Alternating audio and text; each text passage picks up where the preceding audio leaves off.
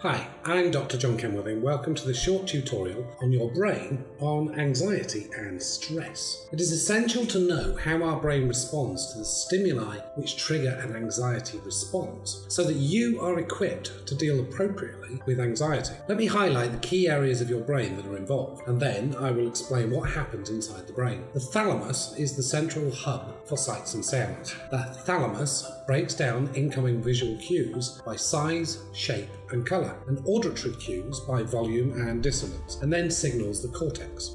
The cortex then gives raw sights and sounds meaning, enabling you to be conscious of what you are seeing and hearing. And I'll mention here that the prefrontal cortex is vital to turning off the anxiety response once the threat has passed. The amygdala is the emotional core of the brain, whose primary role is to trigger the fear response. Information passing through the amygdala is associated with an emotional significance. The bed nucleus of the stria terminals is particularly interesting when we discuss anxiety. While the amygdala sets off an immediate burst of fear, the BRST perpetuates the fear response, causing longer-term unease typical of anxiety. The locus ceruleus receives signals from the amygdala and initiates the classic anxiety response: rapid heartbeat, increased blood pressure, sweating, and pupil dilation. The hippocampus is your memory center, storing raw information from the senses, along with emotional baggage attached to the data by the amygdala.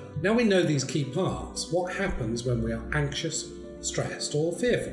Anxiety, stress, and of course fear are triggered primarily through your senses. Sight and sound are first processed by the thalamus, filtering incoming cues and sent directly to the amygdala or to the cortex. Smell and touch go directly to the amygdala, bypassing the thalamus altogether. This is why smells often evoke very powerful memories or feelings. Any cues from your incoming senses that are associated with a threat in the amygdala, whether that threat is real or not, current or not, are immediately processed to trigger the fear response. This is the expressway. It happens before you consciously feel the fear. The hypothalamus and pituitary gland cause the adrenal glands to pump out high levels of the stress hormone cortisol. Too much cortisol short-circuits the cells of the hippocampus, making it difficult to organize the memory of a trauma or a stressful experience. Memories lose context and become fragmented. The body's sympathetic nervous system shifts into overdrive, causing the heart to beat faster, blood pressure to rise, and lungs to hyperventilate. Perspiration increases and the skin's nerve endings tingle, causing goosebumps. Your senses become hyper-alert, freezing you momentarily as you drink in every detail.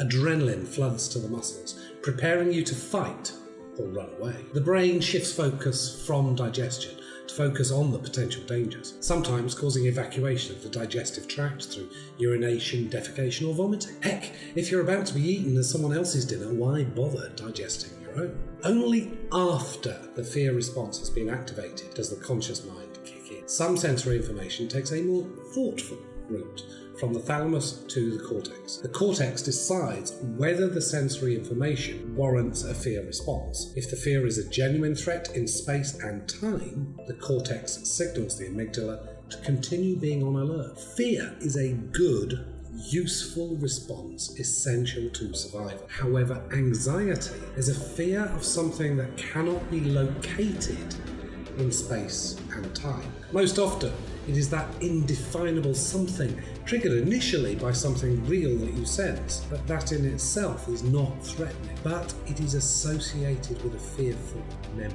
And the bed nucleus of the stria terminals perpetuate that fear response. Anxiety is a real fear response for the individual feeling anxious, and anxiety can be debilitating for the sufferer. Now that you know how anxiety happens in your brain, we can pay attention to how we can deliberately use our prefrontal cortex to turn off an inappropriate anxiety response once a threat has passed.